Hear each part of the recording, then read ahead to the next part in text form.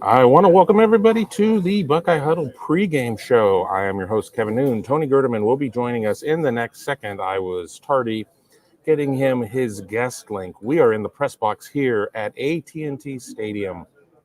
Tom is down on the field doing all of the pregame things. Tony and I are holding things down here in the press box. Here in about 10 minutes, we should get our availability report, and we will bring it to you here first. We kind of have already told you our expectations in terms of how the health of the Buckeyes are, in terms of health and opt-outs and things of that nature. All of that should be all well and good. We did not see Marvin Harrison Jr. practice this week. We certainly saw Tommy Eichenberg in a lesser role. We saw Lathan Ransom obviously out at this point.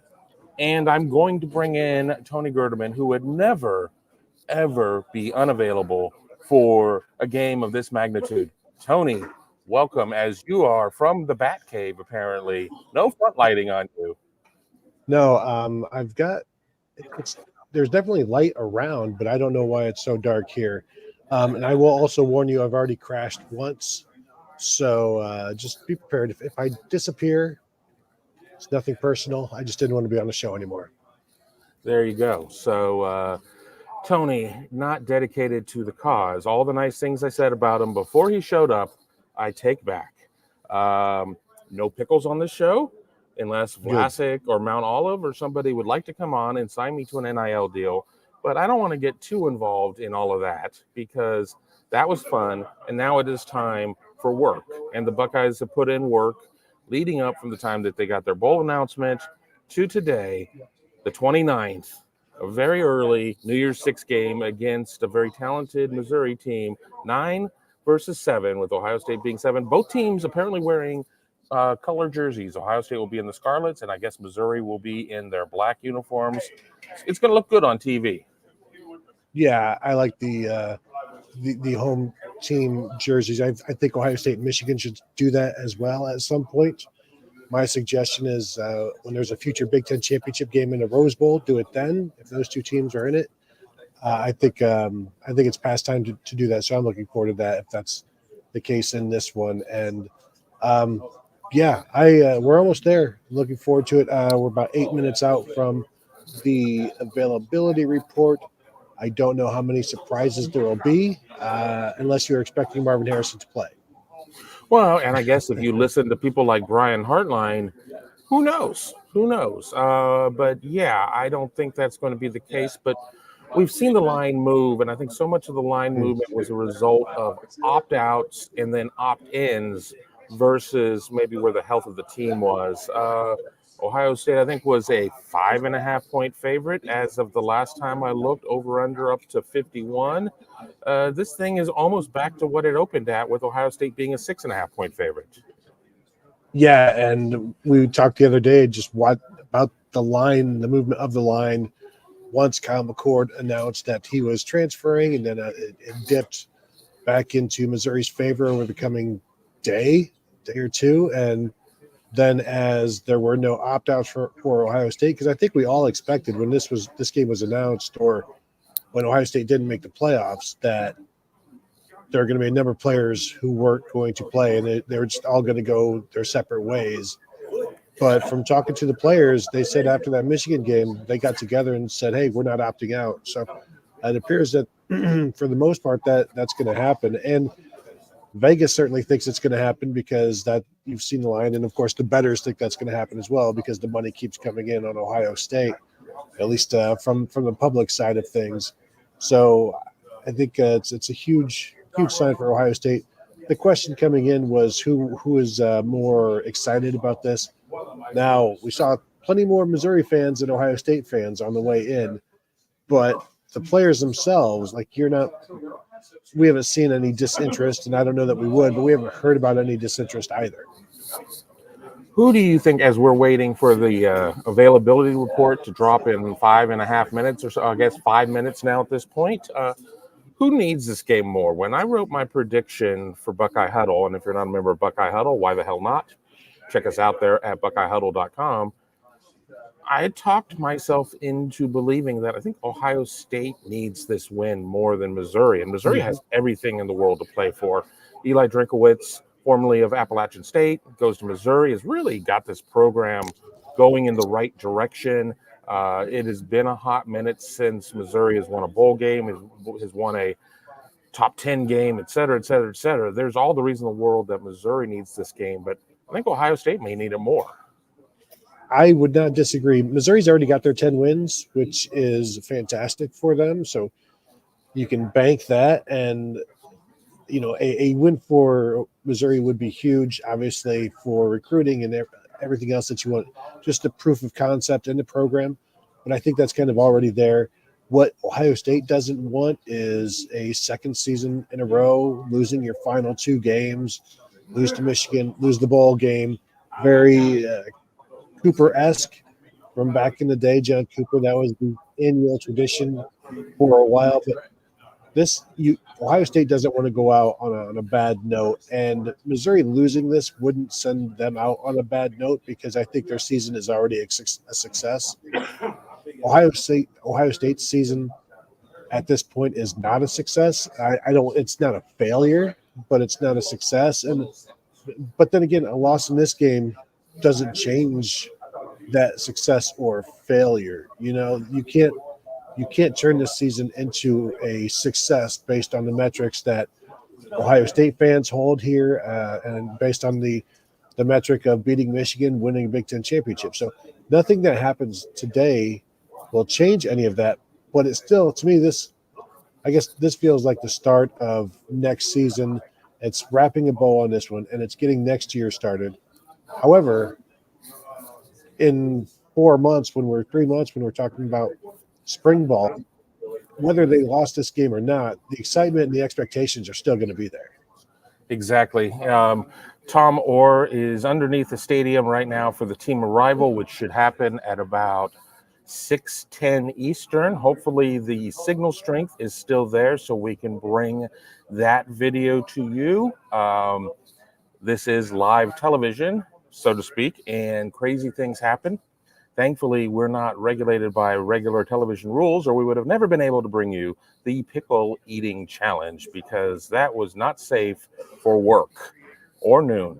That was rated NFSN, not safe for noon. That one was definitely rated PG. Pickle guidance. Pretty gross. Yes, pretty gross. Pretty gross. We are a minute something away, so I won't allow us to get onto too much of a conversation. But coming out of the availability report and us talking, of course, we're going to talk a little bit about Devin Brown, first-time starter for Ohio State, has obviously played a little this year as he's been in 5 games, attempted 22 passes. Tony asked a really good question in the coach's press conference to Eli Drinkowitz about, is it tougher to prepare for a quarterback with 300 or 600 attempts on his film reel, or somebody who has 22?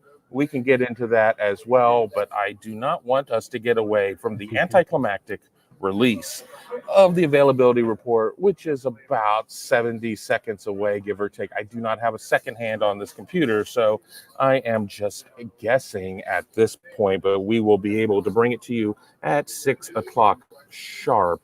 So, Kevin, Tony, looking at the Doug Masters question there, Aaron Nolan will be QB1 next year, yes or no? I don't know about that. I'm going to say that it's really difficult to come in as a true freshman and so on and so forth and step into that role. I'm just going to say no because the learning curve is so steep. What say you? And if the video or if the graphic goes up while you're talking, just know that's because I want us to be first. Yeah, no, I don't expect him to be QB1 next year. It wouldn't shock me at some point if he starts, though, based on the quarterback situation that Ohio State is going to be walking into next year. So there could be more than one starter. Maybe they'll take a page out of the Browns notebook and start 4 different quarterbacks, make the playoffs, do what the Browns do. When in Rome, do that. As we probably down to like 10 seconds or so now. We are. I am. And here we go. Here is your availability. I managed to get everything below our bug. Game time decision, none. Unfortunately for Ohio State, out Marvin Harrison Jr., linebacker Tommy Eichenberg. Those are the two big ones right there because everybody else on that list was known. Obviously, we are not seeing anybody who has opted out. Mayan Williams with his NFL decision is on there, but he is still part of the program. He is not left. He is not transferred. So no reason to take him off the list.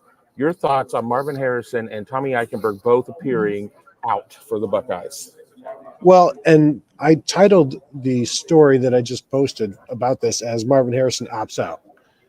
To me, this is, I wonder if there'll be any blowback for titling it that way, for calling this an opt out, but there's no sign of any injury or anything like that. So, and never practiced, and this was always the expected outcome for Marvin Harrison.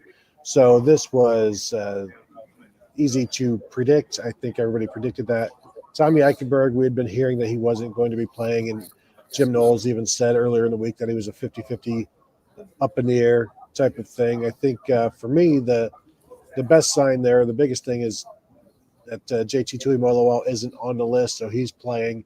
He never officially opted in or opted out, but he did opt into practice, so that was kind of the thought there that he was going to be available. So looks like a full strength defense in terms of players who are healthy enough to play are playing. Tommy Eichenberg obviously suffering that elbow injury, keeping him much less than the 100%. What I'm going to bring us back on camera so nobody picked their nose. Here we are again. We will bring you that graphic at least one or two more times before we get off the air. This is going to be a 30-minute show or something of that nature. We know everybody has some drinks to get to. There's press box food out. We've not eaten yet. And also, you would think I wouldn't want to eat after the whole pickle thing, but you do get hungry after a while. I will also say I'm sitting in an assigned seat to somebody else, so I don't want to overstay my welcome. Absolutely. You've overstayed a long time ago. But what are your thoughts on why, Harrison has just announced it now, or it has been announced now? Marvin didn't go to social to say anything. Ryan Day didn't say anything in advance. And then I guess adjacent to that, why not dress them and at least sit there and have them think a little bit about it? I mean, I get it's gamesmanship and everything else. I mean, I don't think anybody really was under the illusion that he was going to play, but I mean, everybody's running a bunch of fakes and other crazy stuff in a bowl game. This isn't for the college football playoff. Why not F around a little bit? Yeah, maybe because the jersey didn't make it to Dallas. I don't know. My suggestion was do the same thing they did with Ted Ginn after he injured his foot against Florida.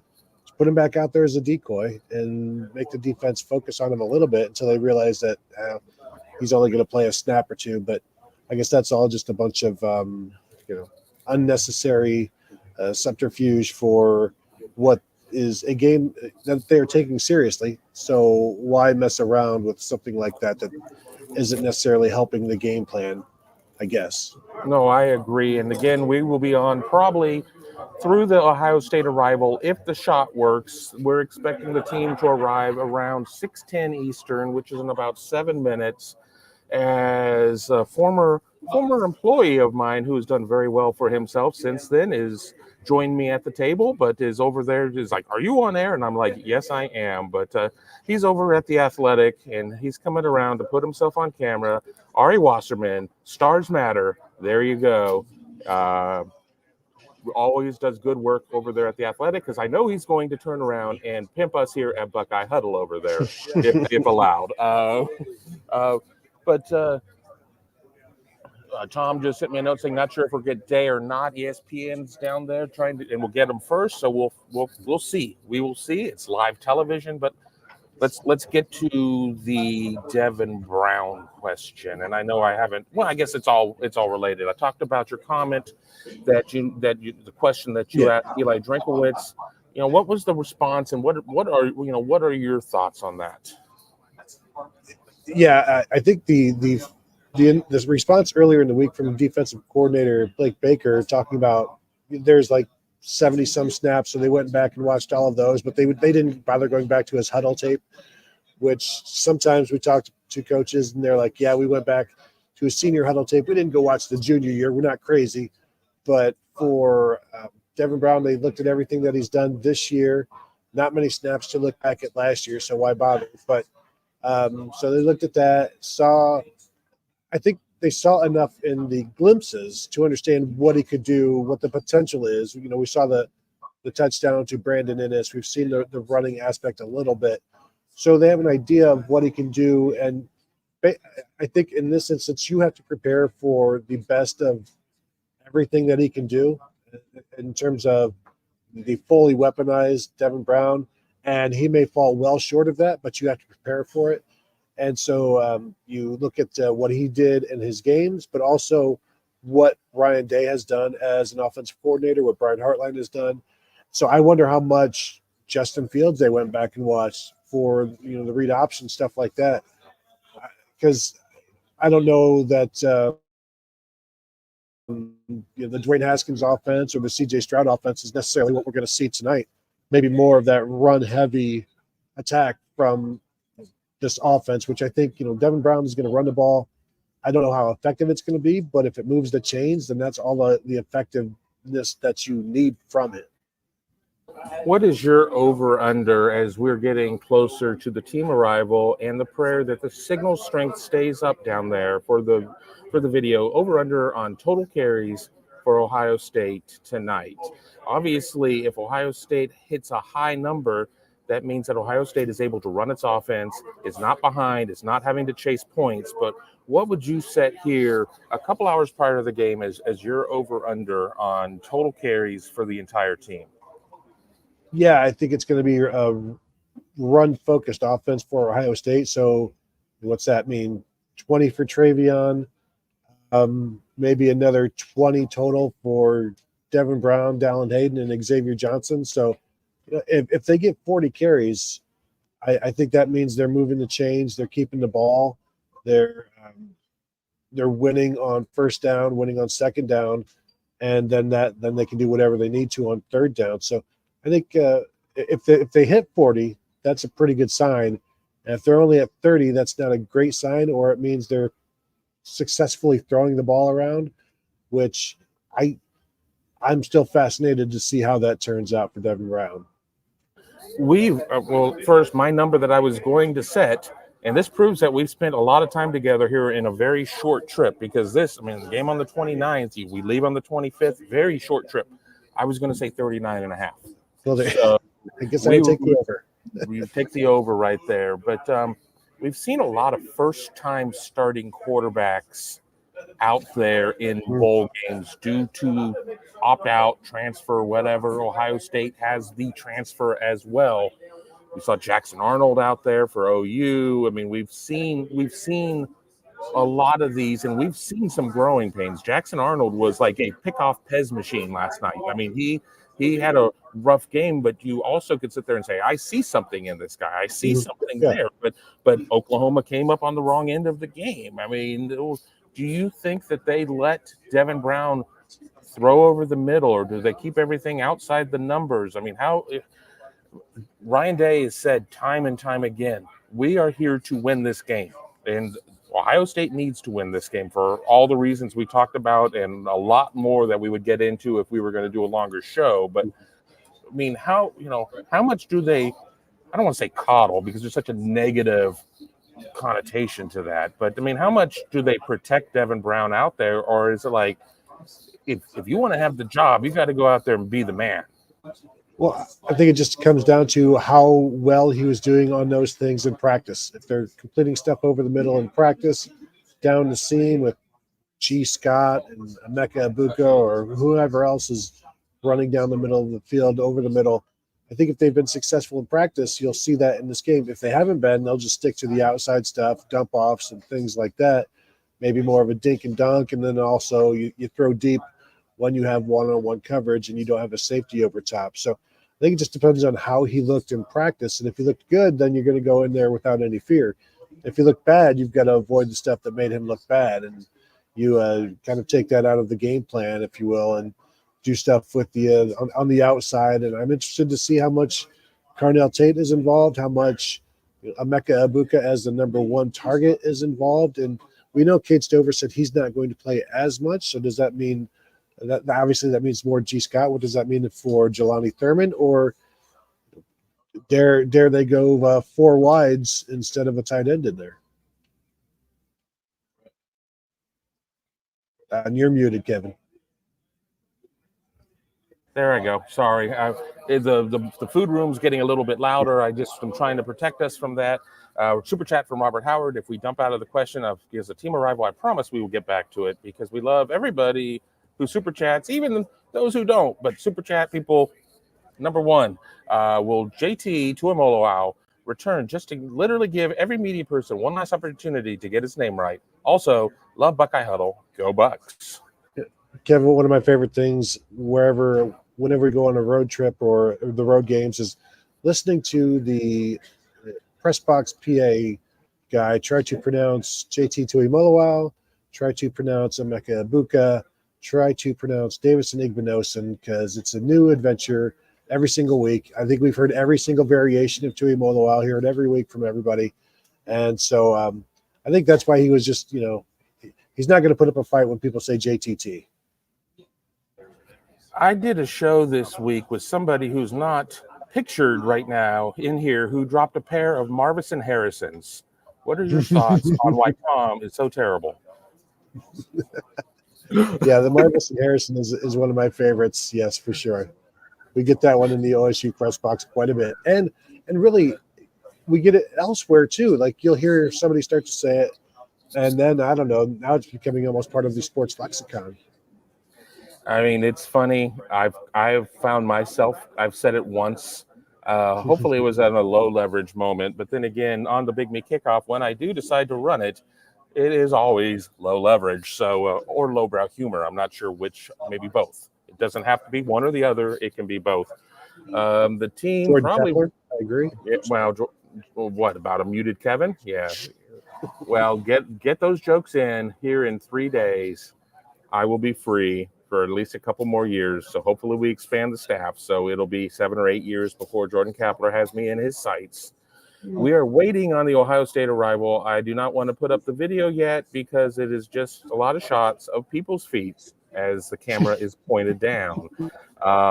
Tony has not been booted out of his spot yet, so that's good as well. We've had a lot of comments in here, and I'm really not able to punch through a lot because we're really kind of doing this show by the seat of our pants. But what is your biggest key, or let's say 2 keys for Ohio State to win? Ohio State will win if it does what? I think if they get Brady Cook off timing, that will help them. He had some issues against LSU, had some issues against Georgia when the defensive line didn't give him time, pressured him up the middle, made him see them. So he threw 4 interceptions in those 2 games. I think he threw 6 all season long, 4 of them in those 2 games, 2 each. And so if they can do that, and because this is going to be the best offense Ohio State has played, the best receiving core they've played, and this is going to be the biggest test for Jordan Hancock at nickel because they'll move Luther Burden, the all-SEC wide receiver, sophomore, 1,200 yards receiving. He's going to be in the slot. Jordan Hancock is probably going to be following him around, so this is going to be the biggest test he's had this season. It should be a really good one. I know Hancock has impressed the Missouri offensive coaches based on the film they've watched. Eli Drinkwitz, I believe, called him out by name, basically saying he's really, really good. So if they can get pressure and just get Brady Cook thinking, make him a little – throw a little high, throw a little off, just the footwork. If the footwork leaves him, then the accuracy leaves him. So I think that is key. And then I do expect Ohio State to try to establish the run. And if they can, then that opens up the play action. So if they're running the ball, then you can play action. You can go downfield. You can maybe avoid any of the stuff that Devin Brown isn't great at. And we don't really know what he's good or great or bad at. But we know he does have an arm that can throw the ball downfield, and maybe we see some of that. Yeah, you do talk about this being the best offense that Ohio State has faced, and I agree because Ohio State has faced a couple of prolific passers in Western Kentucky and to a lesser extent Talia Tagovailoa at Maryland. But they've not faced a team that has been multifaceted.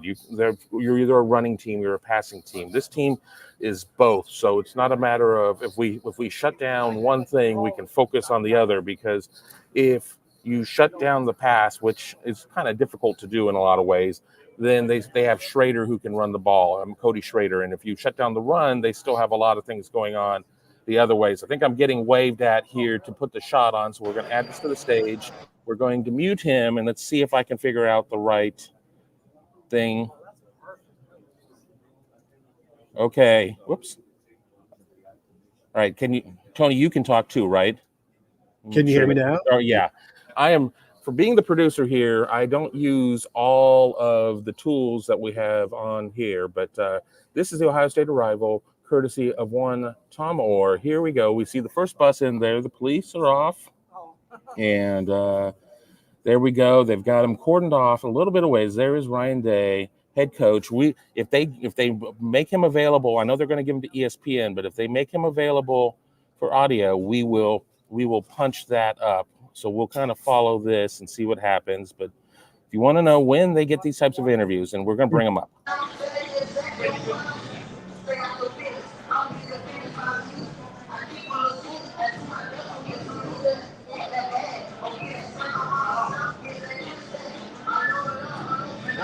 Look at Missouri, particularly on offense, a lot of explosiveness in the lane. Obviously, a lot of explosive plays down the field in the passing game. What worries you the most about defending this team? We're going to focus on That's not exactly working very well. You will have to wait for the telecast, but if Tom is able to get in there and pull that up, get in for like a media crush, I think he has recognized that is just not necessarily working so well. He is going back to the team, disembarking from the bus at this point, which Tom's a pro. He is a pro. He is a pro. I'm very hard on him, and it's warranted. But once in a while, he surprises us. But there you go. Your number 7 ranked Buckeyes are in the building here at Jerry World, AT&T Stadium, in advance of playing in the Cotton Bowl. And it sure looks like they were great bus riders right there. Ohio State by a million. Ohio State buses opting into the stadium. The Ohio State players now opting in to their locker room, and they will be on the field, I don't know, in about another, 30 or 45 minutes, jogging around, taking the lay of the land. It's a place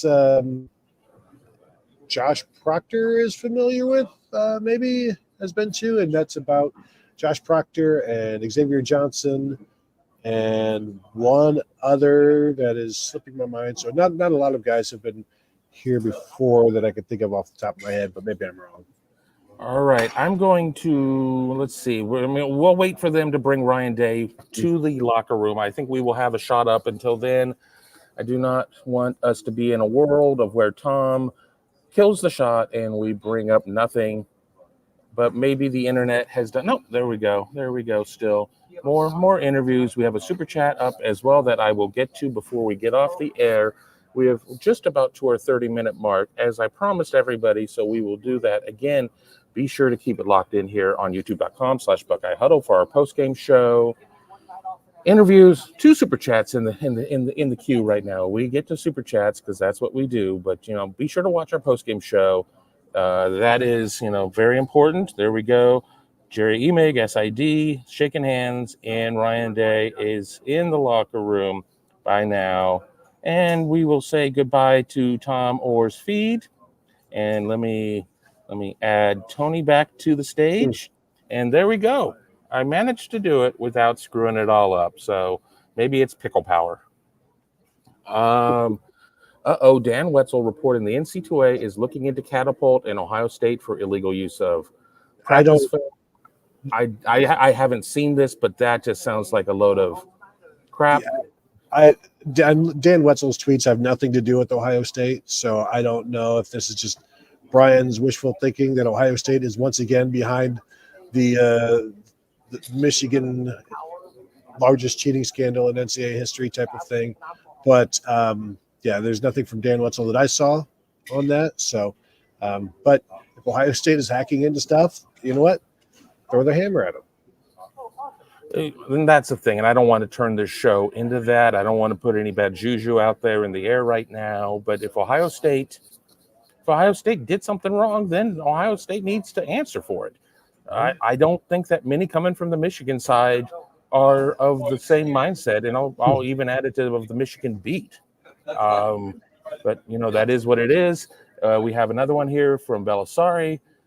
Go B1G from a Michigan fan. Beat Mozu. I'm sure that's Mizzou. Dare I even say OH? Belisari, thank you for A, the super chat, and B, for a little bit of conference pride. I think you will be hard pressed to get many Ohio State fans to say "Go Blue," though. Well, so we'll see. I was also wondering, what is the etiquette of an Ohio State fan saying "IO" after a Michigan fan says "OH"? Is that also not allowed? It's just like, no, you just let that die on the vine, and then you provide your own OH to somebody else's IO. Yeah, I didn't see anybody in the comments follow up with an IO.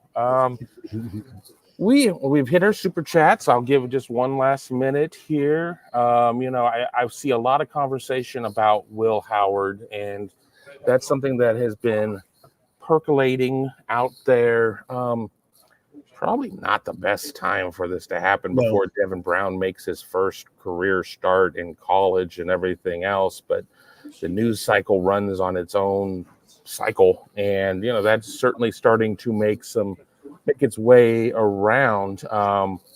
What are your thoughts on that? And if nothing else, we will wrap up after that. Yeah, we can definitely wrap up after that. I mean, my whole thing with Howard is you cannot promise him anything other than the opportunity to compete for the starting job, because that's all there is for anybody. And so great if they can get a veteran starting quarterback to come in and compete for a starting job, that's a win. Now you got to make sure he's the right fit in terms of culture, in terms of ideology and things like that. Whenever they talk about going to the portal, they talk about finding the right fit. So you've got to do that. This is a guy that transferred from his school and as a starting quarterback. So what is he looking for? What does he want? Is Ohio State willing to give that to him? And what does it do for the other quarterbacks? I think this is all something that needs to be evaluated. And it sounds like it probably all has been evaluated. One more super chat, and I will let one of our posters answer the question as he has, and then we will, if nothing else happens, we will say goodbye, and brisket will soon be ours. Ryan Legere again, multiple ex-OSU staff found working for Catapult, and as Shane says, people from a lot of different schools now work for Catapult. And Shane has won the internet because that is true, yet there are certain people on the Michigan beat that are reporting with their hearts and not their brains. And clip it. I don't care. That's how I feel. Clip it. I don't care.